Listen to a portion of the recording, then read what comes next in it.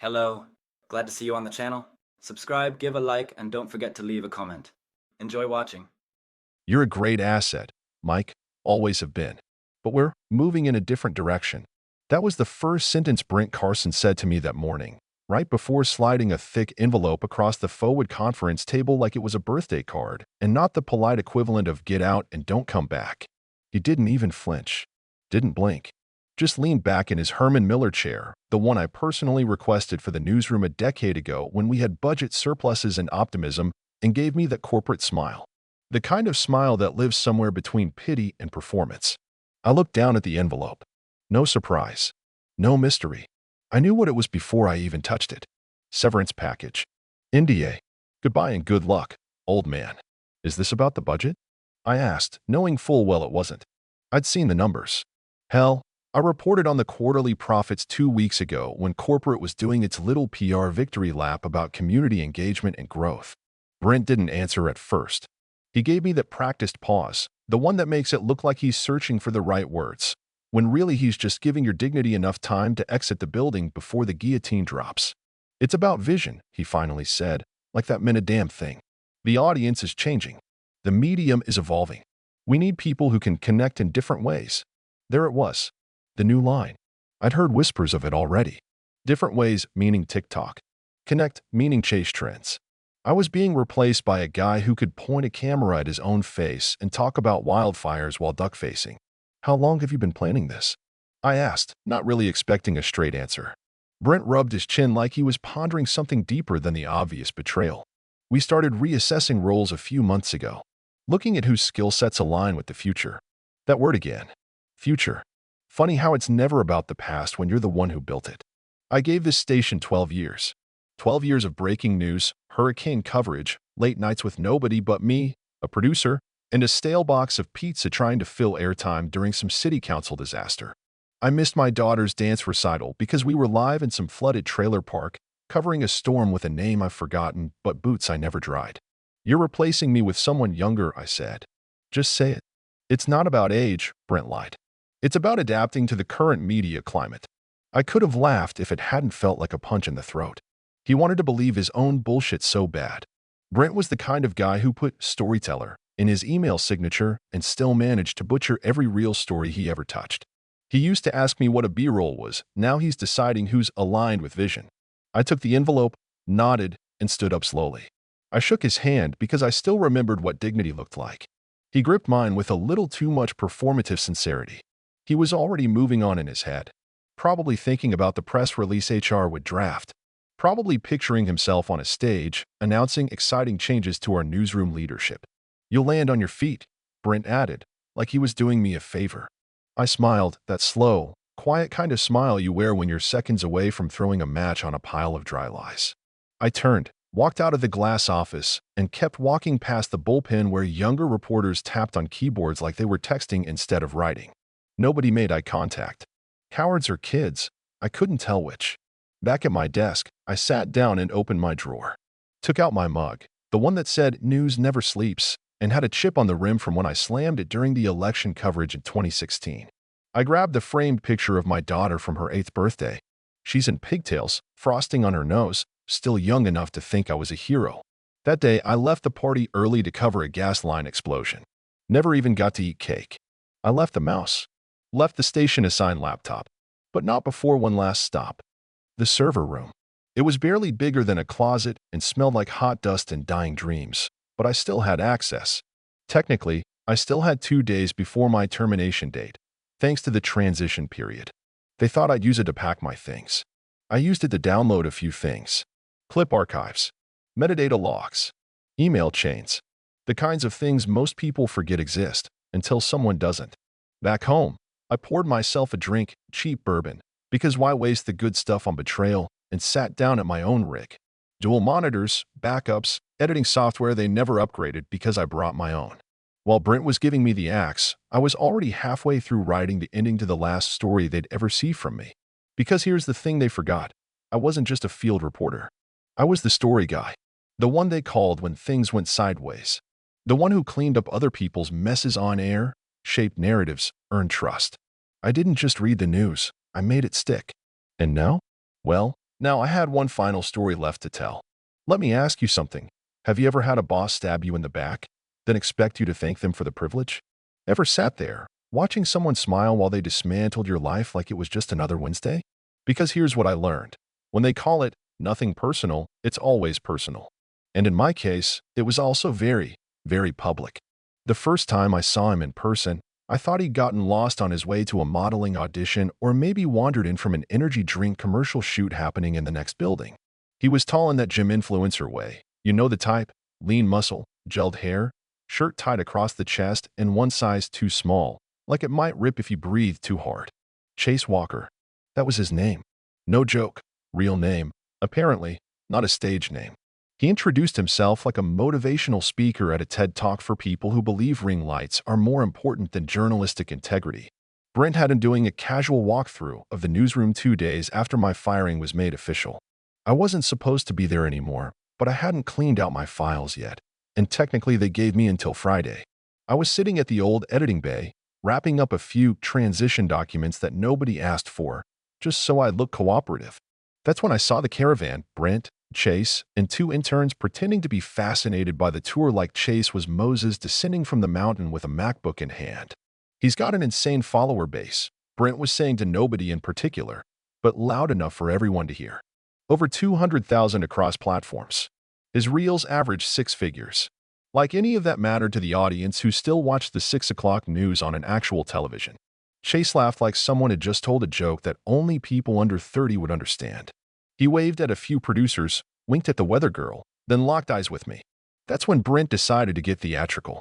"Hey, Mike," Brent called out, his voice all sunshine and condescension. "Have you met Chase yet? He's coming in to help us modernize our field coverage. Really innovative stuff."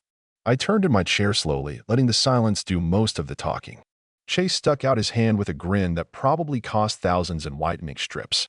"Big shoes to fill, man," he said, like we were old pals passing the torch at a barbecue instead of me being shoved off the deck with an anchor tied to my ankles. I shook his hand because I'm not a savage, but I didn't let go until he looked slightly uncomfortable. Just a half-second too long. Just enough to let him know I still had teeth, even if they thought I was too old to bite. Brent moved things along quickly after that. I stayed behind and watched the scene unfold like a slow-motion crash you can't stop but can't look away from either. They were showing him where we used to keep the police scanner, though now it was more of a decorative relic than a tool anyone used. I heard someone ask him if he'd ever shot a story on a fire. His response? Not exactly a fire, but one time I covered a climate protest at Burning Man. Does that count? The newsroom chuckled politely. I just stared at my monitor, shaking my head slowly, pretending to read emails that no longer mattered. By the end of the week, Chase was on air for the first time, covering a flooding incident in one of the suburbs. Brent hyped it like it was the moon landing. Chase's debut, he wrote in an all-staff email, showing how we're bringing a new, dynamic energy to field reporting. And it was dynamic, just not in the way Brent hoped. The live segment started okay. Chase stood by a flooded underpass, holding a mic with one hand and a phone with the other, trying to film himself and go live on both the station feed and Instagram at the same time. He opened with, "Hey guys, what's up? Chase Walker here with WXBL News," and my stomach did an Olympic-level somersault. Then came the kicker. Just as he turned to show the high water, his foot slipped on the wet concrete, and he went down hard, both knees, mic flying, phone splashing into the gray-brown mess. The camera stayed on him as he scrambled to his feet, covered in runoff, and shouted, "Oh my God, this smells like death." Back in the control room, I imagined the panic. Brent pacing. The producer hitting mute. The poor camera guy trying not to laugh. On Twitter, the clip was up within 5 minutes. By the end of the hour, it was on Reddit. Someone looped it with the Titanic theme. I watched it from home with a glass of wine in hand. My daughter, now 13 and smarter than I'll ever be, leaned over my shoulder and said, "Isn't that the guy who replaced you?" I nodded. She smirked. Yikes. He's like a human pop-up ad. In the newsroom, people started whispering. Not outright rebellion. Not yet. But the kind of quiet murmuring that happens when you realize the emperor has no script. A few of the older anchors, people who'd stayed silent during my send-off, started to look uncomfortable when Chase entered the room. His second live report was even worse. He mispronounced the mayor's name, confused two towns that hated each other, and ended the segment with, "Back to you, Brenda." Her name was Karen. Brent sent out another email, this time carefully worded. Chase is adjusting to the pace and rhythm of local reporting. Let's all support him during this exciting evolution. I forwarded that to Darla, the IT manager, with one word, evolution. She replied with a smiley face and a screenshot of Chase's TikTok page, where he'd posted a behind-the-scenes clip titled, "They're letting me be a real journalist today, LOL." What Brent didn't realize, what none of them realized, was that I still had access to the station's cloud archive. My account wasn't deactivated yet. No one bothered to change the password, and Darla, bless her eternally overworked heart, hadn't updated the permissions since I started working there. I could see everything. Scripts, rundowns, schedules, and used footage. And right there, buried in a folder dated back to the year Chase probably graduated high school, was a story I never got to finish. One that involved a certain news director, a budget discrepancy, and some unclaimed advertising dollars from a sponsor who just happened to be married to Brent's sister. At the time, I was told to hold off on running it, said it lacked context. No? I figured context might have aged nicely. Like revenge. Or bourbon. But I didn't rush. Not yet. Let the new guy keep slipping. Let Brent keep defending him. Let the newsroom keep pretending this was fine. Because when people stop noticing the fire alarms broken, that's when you light the match. And me? I had a whole box of them. The thing about being quietly shown the door after 12 years in a place is that people forget how many keys you still have. And not the literal kind either, but the digital ones.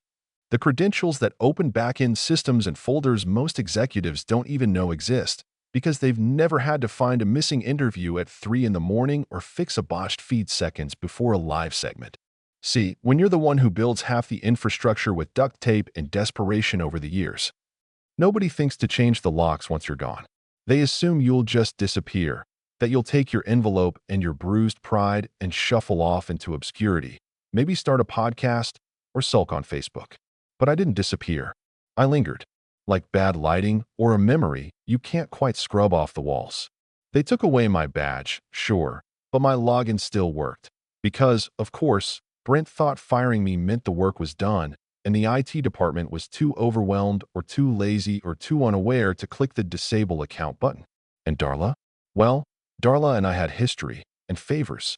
So, while Chase was out there humiliating himself with another poorly written stand-up in front of an elementary school that wasn't even open for the summer, I was sipping coffee in my basement office, logged into the newsroom drive under my own damn name, like a ghost with nothing but time.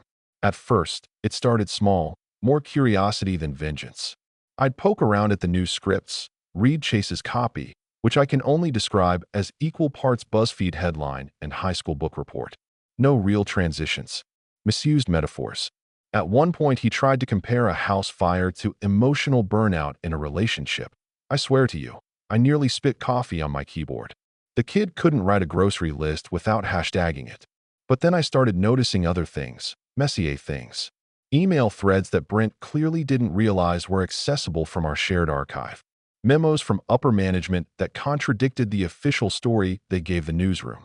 Budget allocations for community outreach that suspiciously matched the amount we'd supposedly cut from field reporting. And there, buried in a shared folder that hadn't been touched in nearly 2 years, was the one file I hadn't expected to find. The investigative footage we shot for a story on Brent's brother-in-law's contracting firm, the one that had been awarded a city beautification contract without competitive bidding. The same story I was told to kill right before it went to air, because we don't want to imply wrongdoing without airtight facts. The footage was there. The interviews. The paper trail. All of it. Time-stamped, dated, and untouched. I remembered how much that pissed me off at the time, how hard I'd worked on it, how many hours I spent chasing down leads, only to be told, it's not the right moment. Which in Brent speak always meant someone in a blazer got nervous. That moment, sitting in my basement with that footage playing silently on my monitor, I realized something else. I had nothing left to lose. They'd already taken the job. They'd already disrespected the work. But the one thing they forgot? I still had a voice, and I still knew how to use it. So I began planning. I didn't go full scorched earth immediately. I'm not a lunatic. I'm patient. I started slipping into the system, just enough to rattle the cage without setting off alarms. I replaced a few B-roll clips and archived stories, just slightly off. One feature on local agriculture suddenly showed footage of suburban McMansions. A puff piece about a dog parade accidentally cut to Chase adjusting his pants in front of a mirror. Harmless stuff, small glitches that made people look twice, question whether the intern loaded the wrong file or if the station was falling apart. Then came the graphics. Oh, the glorious graphics. I edited one Sharon to refer to the city comptroller as professional bureaucrat and weekend magician. Another labeled the mayor possibly human, still debatable. Again, subtle. Again, small enough to fly under radar. Plausible deniability mixed with a hint of madness. You'd be surprised how much you can get away with when everyone assumes the new guy's just bad at his job. Meanwhile, Chase was floundering. Ratings were slipping fast. The audience didn't like his style. Too flashy, too shallow, too obviously trying. One night, he went live from a town hall meeting and asked the councilwoman, "How does it feel being the first female sheriff in your district?" She blinked, looked at him like he'd grown a second head, and said, "Sir, I'm not a sheriff. I'm the treasurer." Twitter had a field day. Brent kept doubling down. "He's learning," he insisted in staff emails. "He's bringing a new demographic to our audience." That demographic, near as I could tell, consisted of middle-aged women on Facebook laughing at him and teenagers posting reaction videos of his gaffes. But Brent, ever the optimist when it came to covering his own mistakes, kept defending Chase like he was the chosen one. I knew I had to escalate, but still keep it subtle enough to be deniable. So I started digging into the archives for every story Brent ever spiked, every piece that mysteriously disappeared right before airing. There were more than I remembered. Stories about campaign donations, shady permits, developer backroom deals. I started clipping together a reel. Just raw footage. No narration. No editorializing. Just the stuff that never made it to air. It was almost ready. What they didn't realize, what they never realized, is that in the business of storytelling, the most dangerous person isn't the one in front of the camera.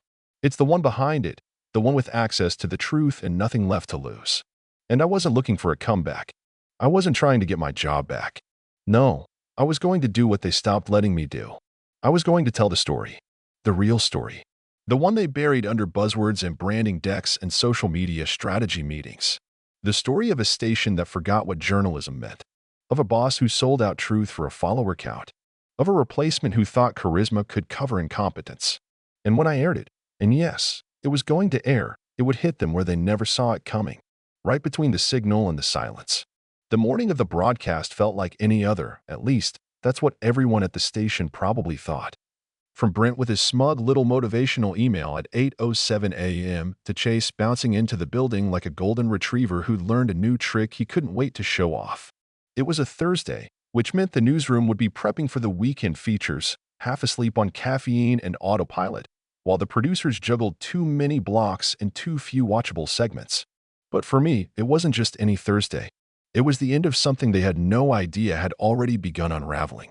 I'd spent the better part of 2 weeks fine-tuning every frame of what I now thought of as my final act, my professional obituary, the last piece of real journalism I'd ever put out into the world, and every second of it was designed to do one thing. Tell the truth they refused to air, in their own voice, on their own stage, using their own damn frequency. The irony made me smile more than once. For a station that prided itself on transparency, they sure buried a lot behind closed doors and corporate doublespeak. The story had been loaded 2 days earlier, right under Brent's nose, tucked into the system as an update to a Community Spotlight segment I'd been working on before my departure. The file name hadn't changed, the duration matched perfectly, and the file description was just vague enough to pass inspection. Revised Final Cut, Oakmont Garden Center feature. Nobody double-checked. Why would they? I was long gone. I was just a former employee clearing out his final drafts like a good soldier. But the content inside that file had nothing to do with geraniums or smiling retirees planting petunias. What it did contain was a carefully constructed mosaic of everything the station had tried to suppress for the last 4 years. Clips from interviews they killed, whistleblower soundbites we were told to hold off on, budget line screenshots, invoices, emails. Footage of Brent pulling a reporter off a corruption story the night before the mayor's fundraiser.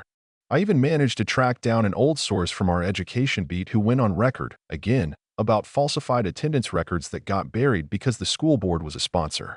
And to top it all off, I narrated it myself. Calm, professional, just like I had for over a decade, except this time there was no anchor toss, no smiling handoff, just my voice dropping in cold over stark footage, in a newsroom built on trust. Silence isn't just damaging, it's deadly.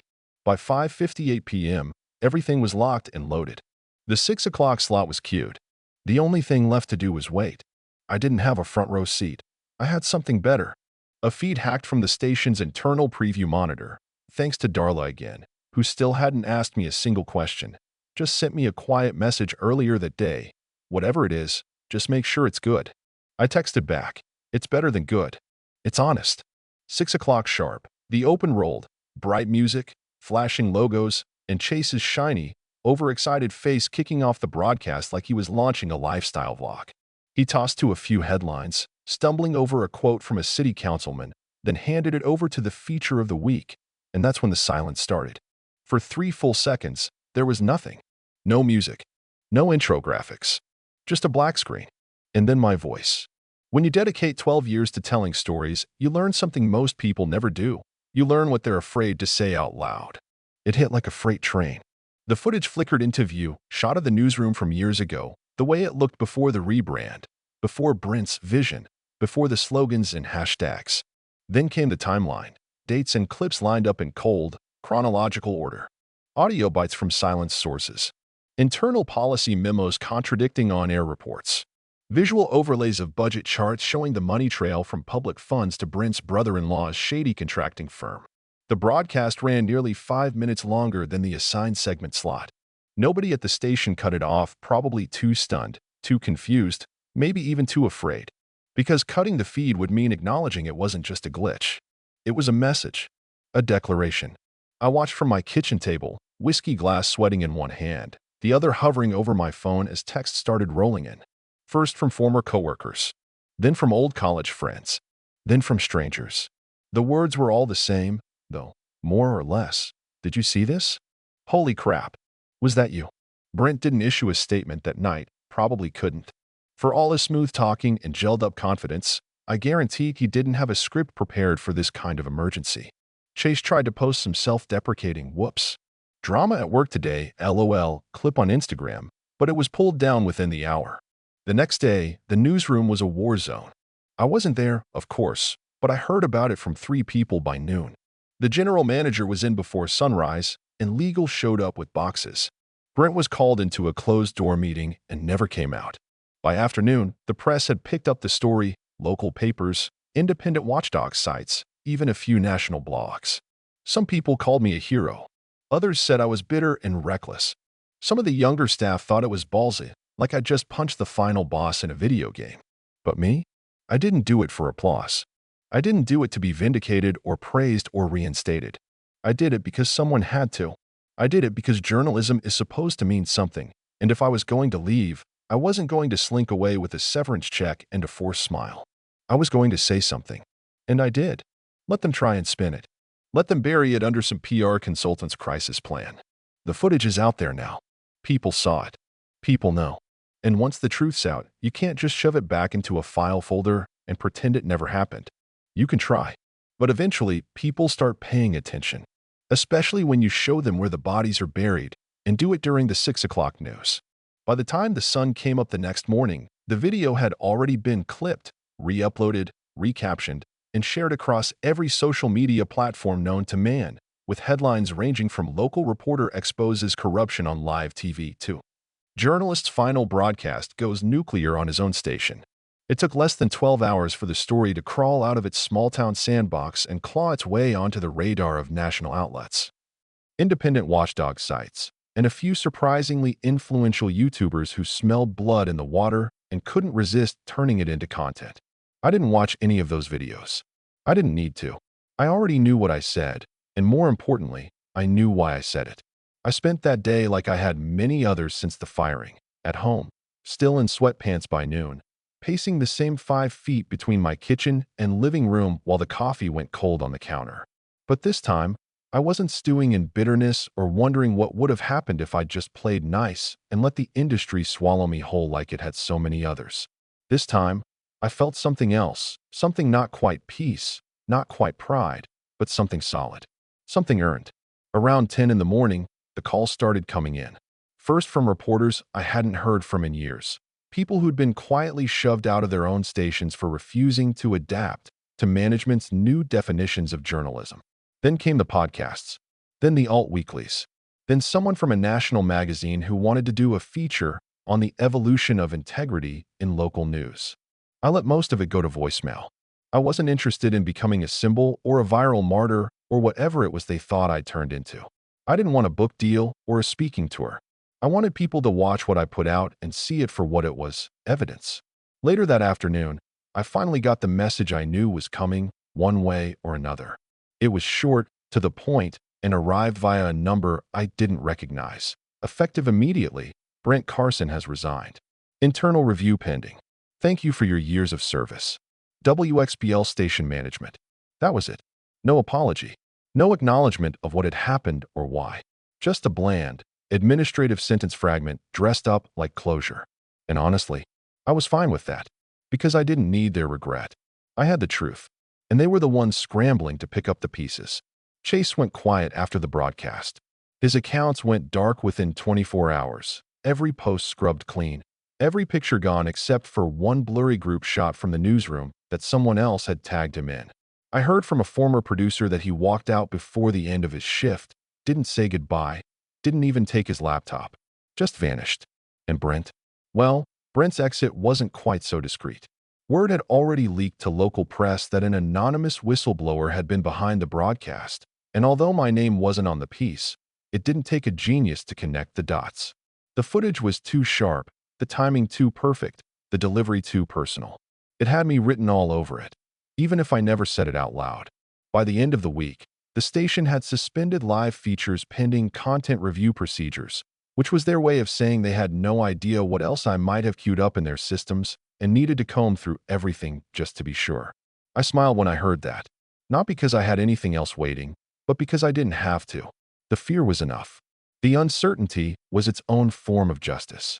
I met with Darla once, a few days after it aired, in the corner booth of a diner off Route 50 where the coffee was bad but the pie was worse. We didn't talk about the file or the upload or what her role had been in making it all happen. We didn't have to. She just slid a napkin across the table with one word on it, respect, and I nodded. She paid for the check before I could reach for my wallet. That was the last time I saw her. The emails kept coming in waves. Former interns, retired reporters, even viewers I'd never met. Some called me brave. Some called me reckless. One guy said I was a petty old man with a martyr complex, which, honestly, wasn't the worst take I'd heard. But what mattered more than any of the praise or backlash was the message from my daughter. She'd seen it. Of course she had. And sent me 3 words I never expected. You were right. I don't know if I'll ever go back to journalism. Probably not. The industry's changed too much, and I'm too tired to keep fighting the tide with nothing but principles and old-school ethics. But I do know this. When you give something everything you have, when you pour your soul into a job only to be treated like a relic for doing it the right way, you're allowed to leave a mark on your way out. You're allowed to say no, to fight back, to finish the story your way. And that's what I did. Somewhere, in the blurred middle of all the noise and reactions and corporate scrambling, I remembered something my first news director told me back when I was 26 and stupidly optimistic. He said, "The story doesn't belong to you. It belongs to the people. You're just the one lucky enough to carry it to them." He was right. But sometimes, when the people forget how to listen, when the gatekeepers care more about branding than broadcasting, you've got to shout through the static and make them hear it again. Even if it's the last thing you ever say. Even if it burns the whole thing down behind you. Because silence might be safe, but truth makes noise.